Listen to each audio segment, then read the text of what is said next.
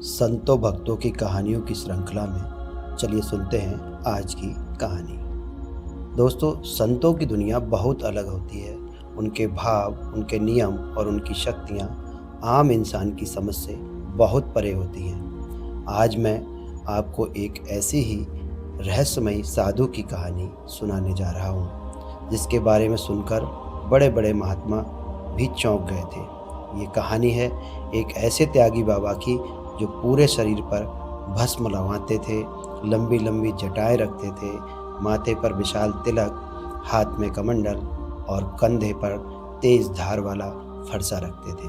उनका रूप इतना भयानक और तेजस्वी था कि लोग उन्हें देखते ही रास्ता बदल देते थे। लेकिन सबसे अजीब बात क्या थी जानते हो?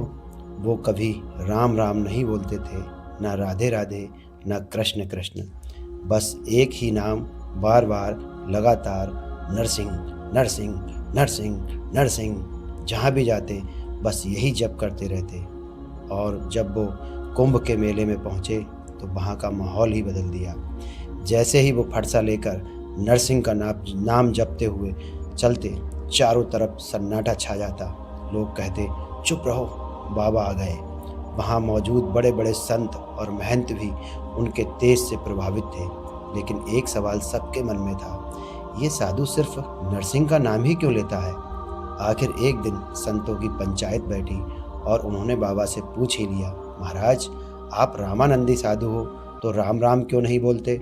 हर समय नरसिंह नरसिंह ही क्यों जपते रहते हो? बाबा जोर से हंसे और बोले, देखो, हर साधु का अपना भाव होता है। जिसका जो मन करे वो वही भजन करे।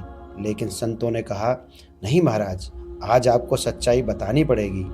अब बाबा थोड़े गंभीर हुए और जो उन्होंने कहा वो सुनकर सब चौंक गए। बाबा बोले, राम जी गृहस्थ थे, कृष्ण भगवान भी गृहस्थ थे, और हम तो बचपन से ही विरक्त साधु हैं, तो हम गृहस्थ भगवान का भजन क्यों करें?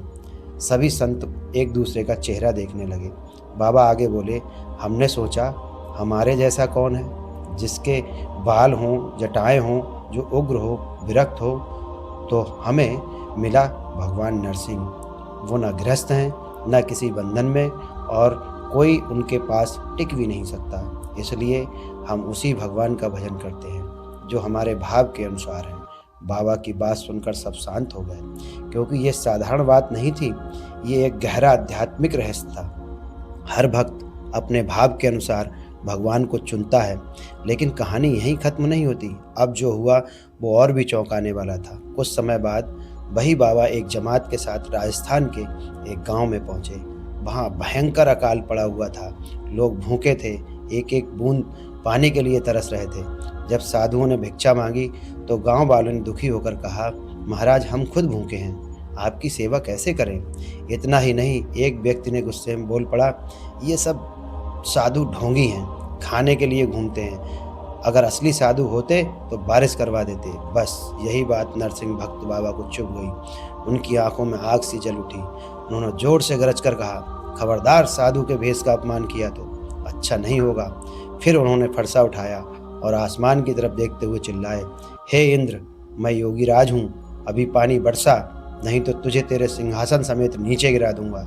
लोग डर गए और कहने लगे, ये बाबा तो पागल हो गया है। लेकिन जो हुआ वो किसी ने नहीं सोचा भी था। सिर्फ आधे घंटे के अंदर अचानक आसमान बदल गया। काले काले बादल घिराए, बिजली चमकने लगी, गरजने लगी, और फिर ऐसी बारिश शुरू हुई कि पूरा गांव पानी में डूबने लगा। कच्चे मकान गिरने लगे। लोग डर के मारे चिल्लाने लगे, बाबा बस करो, प्रलय हो जाएगी। तब बाबा ने आंखें बंद की और धीरे से कहा, आज के बाद कभी किसी साधु का अपमान मत करना। और जैसे ही उन्होंने कहा, बारिश धीरे धीरे रुक गई। पूरा गांव स्तब्ध था। जिसे वो पागल समझ रहे थे वो कोई साधारण व्यक्ति नहीं था, वो एक सिद्ध महात्मा था जिसका संबंध सीधे देवताओं से था। इस घटना के बाद लोगों की सोच बदल गई। उन्होंने समझ लिया, साधु को पहचानना आसान नहीं होता। और आज भी उस क्षेत्र में ये कथा सुनाई जाती है कि एक बाबा थे जो सिर्फ नरसिंह का नाम लेते थे और जिनकी एक गर्जना से इंद्र भी कांप उठे थे। तो दोस्तों, ये कहानी हमें क्या सिखाती है? हर साधु का अपना मार्ग होता है, हर भक्त का अपना भाव होता है, और सच्ची साधना दिखावे से बहुत दूर होती है।